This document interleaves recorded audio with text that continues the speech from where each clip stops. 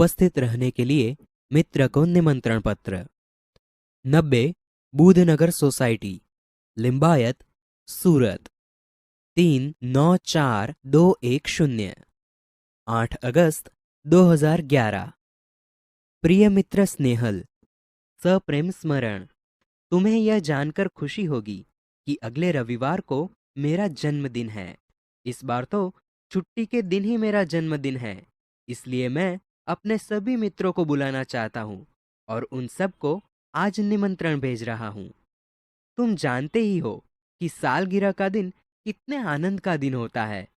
उस दिन हमारे कई रिश्तेदार भी यहाँ आएंगे।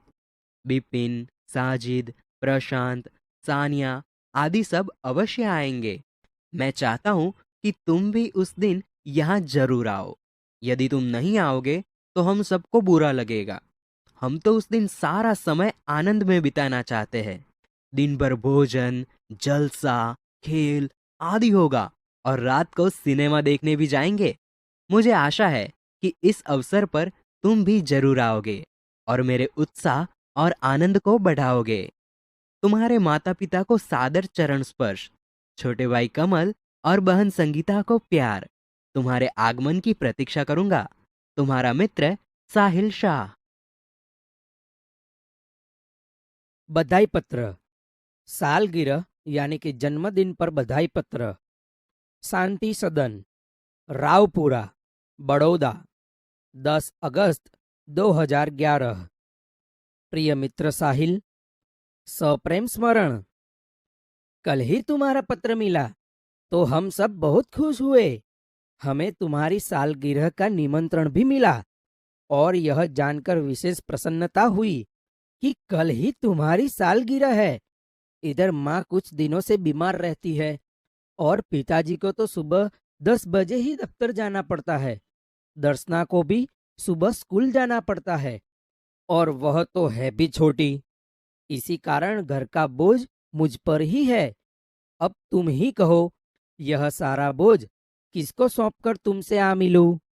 मेरे दिल में तो बहुत होता है कि इस शुभ अवसर पर उड़कर तुम्हारे पास आ जाऊं, परंतु घर की स्थिति का विचार करके विवश हो जाता हूं और मन करते हुए भी नहीं आ सकता। तुम तो अब 1 साल बड़े हो गए हो।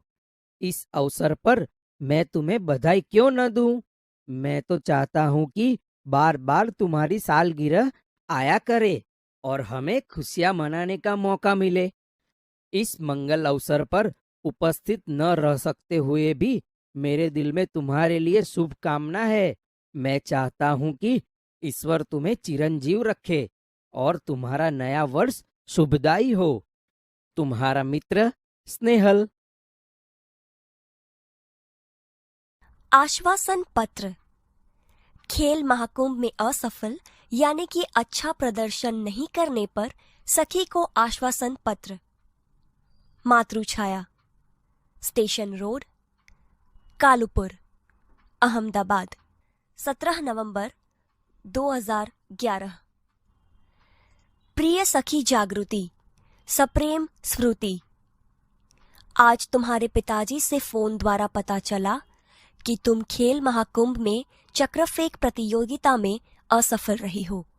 इस समाचार से मुझे बहुत दुख हुआ कि तुम्हारा इस प्रतियोगिता में प्रदर्शन अच्छा नहीं रहा। हमने तुमसे बहुत आशा लगा रखी थी कि तुम जिले में प्रथम आओगी। प्रिय सखी, खेल में हमेशा जीतना ही महत्वपूर्ण नहीं होता। अब जो कुछ होने वाला था हो गया है, इसीलिए उसका शोक न करना चाहिए और इस असफलता से निराश भी न होना चाहिए। असफलता भी सफलता का सोपान है।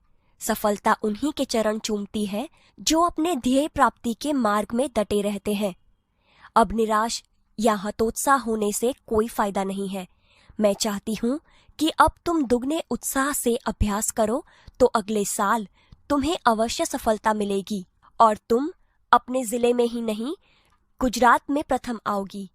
मुझे आशा है कि तुम मेरी बात मानोगी और अपने अभ्यास में मनोयोग से लग जाओगी।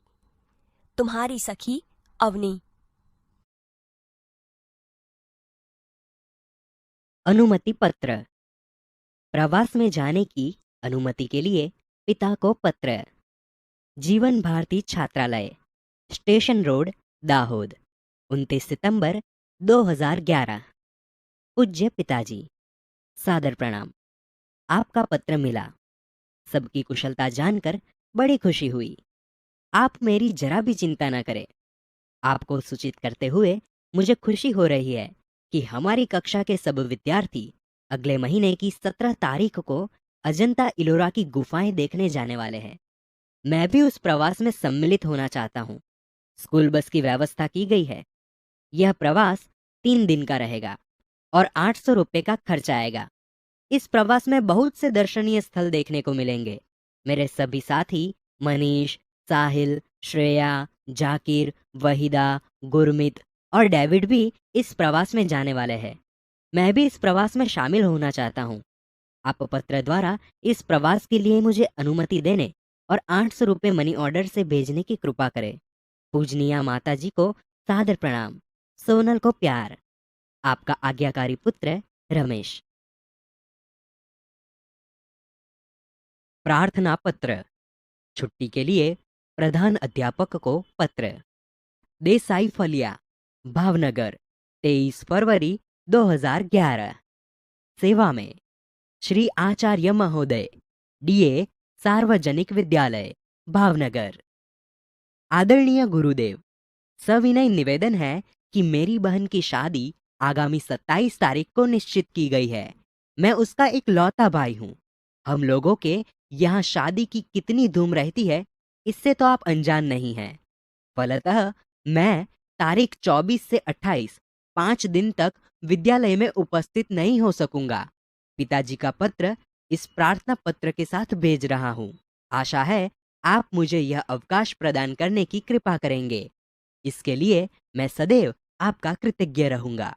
आपका आज्ञाकारी छात्र मनोज पटेल। क्रमांक 25, वर्ग 8A। कार्यालयी पत्र। स्वास्थ्य अधिकारी को गंदगी के बारे में शिकायती पत्र। तारीख 20 मई 2011। सेवा में स्वास्थ्य अधिकारी महोदय, महानगर पालिका, बड़ौदा। मान्यवर, सविनय निवेदन है कि मैं गायत्री मोहल्ले में रहता हूं। यह मोहल्ला पिछले कई दिनों से ठीक से साफ नहीं हो रहा है। आजकल शादी का मौसम है। रास्ते पर गंदगी फैली है। पास के कूड़ेदान यानी कि डस्टबिन में सब जूठन डाल जाते हैं। बदबू के कारण पिछले 2 दिन से तो यह हाल हो गया है कि वहां से आना जाना भी मुश्किल हो गया है। आने जाने वाले सभी लोग परेशान हो रहे हैं। यदि गंदगी को शीघ्र न हटाया गया तो मोहल्ले भर में बीमारी फैल जाने का डर है। आशा है कि आप शीघ्र ही उसे हटवाने की व्यवस्था करेंगे। आपका विनम्र सेवक सुरेश भाई म परमार, गायत्री मोहल्ला, बड़ौदा।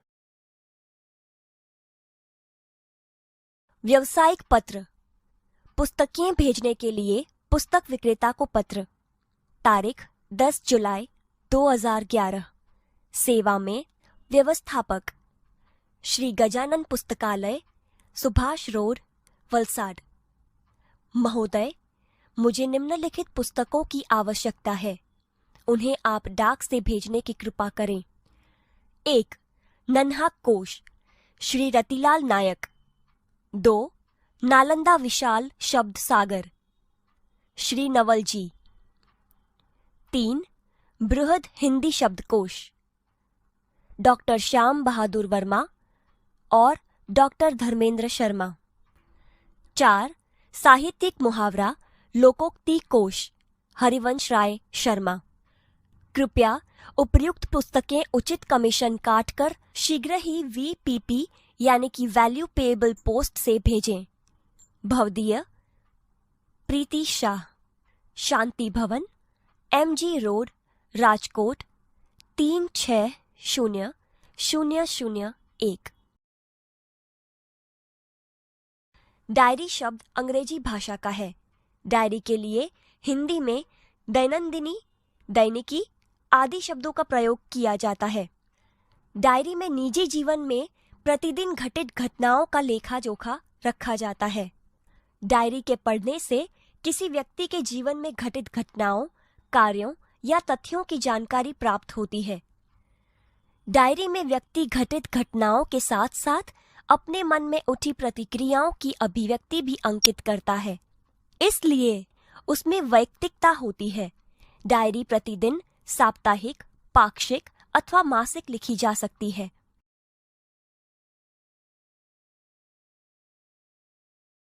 डायरी लेखन की विशेषताएं। डायरी लेखन में निम्नलिखित गुण होने आवश्यक हैं। क. डायरी लेखन में क्रमबद्धता हो। ख. इसमें लिखा गया विवरण संक्षिप्त, सारगर्भित तथा वास्तविक हो। ग. डायरी लेखन में स्थान, तिथि, घटना या तथ्य का स्पष्ट रूप से उल्लेख होना आवश्यक है। घ. डायरी लेखन करते समय आलोचना, टीका टिप्पणी, बनावटीपन, काल्पनिकता, चित्रात्मकता, अनावश्यक विस्तार से बचना चाहिए। डायरी लेखन के लाभ। क. इससे जीवन में घटी घटनाओं की जानकारी प्राप्त होती है। ख.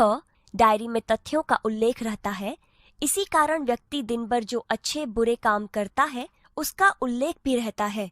इससे शनेह शनेह बुराइयों से बचा जा सकता है। ग. डायरी ही ऐसा दस्तावेज है जिसे पढ़कर किसी व्यक्ति के जीवन के पिछले अनुभवों तथा घटनाओं की जानकारी उसी व्यक्ति के शब्दों में प्राप्त की जा सकती है।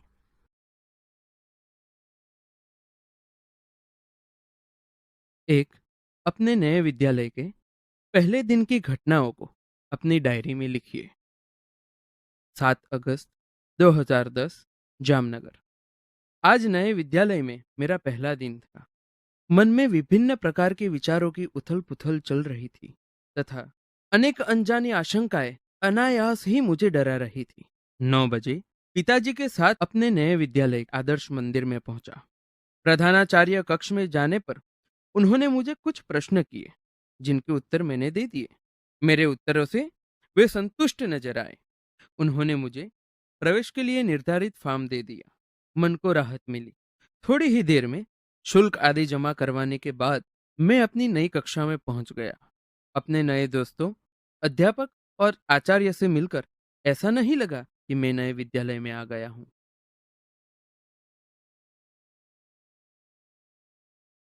2. वार्षिक परीक्षा के एक दिन पूर्व के अनुभव को अपनी डायरी में लिखिए। 5 अप्रैल 2012, राजकोट। कल वार्षिक परीक्षा का पहला दिन है। रात्रि के 1 बज गए हैं, परंतु नींद नहीं आ रही। कल विज्ञान और टेक्नोलॉजी विषय की परीक्षा है। यद्यपि सब कुछ दोहरा लिया है, तथापि मन में अजीब सा भय है। अचानक पिताजी मेरे कमरे में आए। मुझे जगा हुआ देखकर ढाढ़स बंधाया और बिस्तर पर लेट जाने को कहा। बत्ती बंद कर दी। बिस्तर पर पड़े पड़े भी नींद नहीं आ रही। पिताजी के चले जाने पर टेबल लैंप जलाया और पुस्तक के पन्ने पुनः पलटने लगा। थोड़ी ही देर में थककर बिस्तर पर पुनः लेट गया और न जाने नींद कब आ गई। बाल दोस्तों, आपने पत्र के प्रकार के बारे में जाना। पत्र लिखते समय कुछ बातें महत्वपूर्ण हैं, जिनका हमें ख्याल रखना चाहिए। आइए ऐसी ही कुछ महत्वपूर्ण बातें जानें और समझें। इतना ध्यान रखिए, पत्र में बोलचाल की सरल भाषा का प्रयोग करना चाहिए। पत्र में आवश्यक बातें ही लिखनी चाहिए। पत्र अधिक लंबा नहीं होना चाहिए। मित्र या सखी के लिए तुम और बड़ों के लिए आप सर्वनाम का प्रयोग करना चाहिए। पत्र में सबसे ऊपर बाईं और अपना पूरा पता और दिनांक लिखनी चाहिए। उसके नीचे जिसे पत्र लिखना हो उसको शिष्ट भाषा में संबोधन करना चाहिए। इसके बाद अभिवादन करना चाहिए। इसके बाद पत्र के क्लेवर में मुख्य विषय को अभिव्यक्त करना चाहिए। पत्र समाप्त होने पर बाईं और पत्र लिखने वाले का संबंध और नाम लिखना चाहिए। मित्रों, पत्र लिखते समय पत्र के प्रकार के अनुरूप संबंधन, अभिवादन और पत्र के अंत में किस प्रकार से लिखना चाहिए, इसकी जानकारी एवं समझ भी आवश्यक है। तो चलिए वह भी समझें। पत्र का प्रकार: संबंध, अभिवादन संबंधी शब्द, पत्र की समाप्ति पर लिखी जाने वाली शब्दावली। व्यक्तिगत पत्र: पुत्र पिता को, पूज्य पूजनीय पिताजी। आपका आज्ञाकारी पुत्र, पिता पुत्र को, प्रिय आयुष्मान अथवा नाम। तुम्हारा शुभचिंतक, शुभेच्छु। पुत्र माता को, पूज्य पूजनीय माताजी। आपका आज्ञाकारी पुत्र। माता पुत्र को, प्रिय आयुष्मान यानी कि नाम। तुम्हारी माता, तुम्हारी शुभचिंतक। छोटा भाई बड़े भाई को, आदरणीय भाई। आपका स्नेहाकांक्षी, स्नेहभाजन। बड़ा भाई छोटे भाई को, प्रिय चिरंजीव यानी कि नाम। आयुष्मान यानी कि नाम। तुम्हारा शुभचिंतक, शुभेच्छु। बड़ा भाई छोटी बहन को, प्रिय यानी कि नाम। आयुष्मती यानी कि नाम। तुम्हारा शुभचिंतक, शुभेच्छु। मित्र मित्र को, प्रिय यानी कि नाम। अभिन्न हृदय, तुम्हारा मित्र, तुम्हारी सखी, तुम्हारा शुभचिंतक। शिष्य गुरु को, पूजनीय श्रद्धेय गुरुजी। आपका आज्ञाकारी शिष्य, आपका स्नेहभाजन। गुरु शिष्य को, चिरंजीव यानी कि नाम। तुम्हारा शुभाकांक्षी, शुभचिंतक। व्यावसायिक पत्र: पुस्तक विक्रेता को, महोदय भवदीय। बैंक मैनेजर को, महोदय भवदीय। व्यापारी या दुकानदार को, श्रीमान प्रबंधक भवदीय। कार्यालयी पत्र: किसी विभाग के अधिकारी को, मान्यवर मान्यवर महोदय। भवदीय। निवेदक, प्रार्थी, विनीत। समाचार पत्र के संपादक को, श्रीमान संपादक महोदय। भवदीय। निवेदक। प्रार्थना पत्र: प्रधानाचार्य को, श्रीमान प्रधानाचार्य महोदय। विनीत, प्रार्थी, कृपाकांक्षी। आपका आज्ञाकारी शिष्य, आपकी आज्ञाकारिणी शिष्या। किसी अधिकारी को, मान्यवर महोदय। निवेदक, प्रार्थी, विनीत, निवेदिका।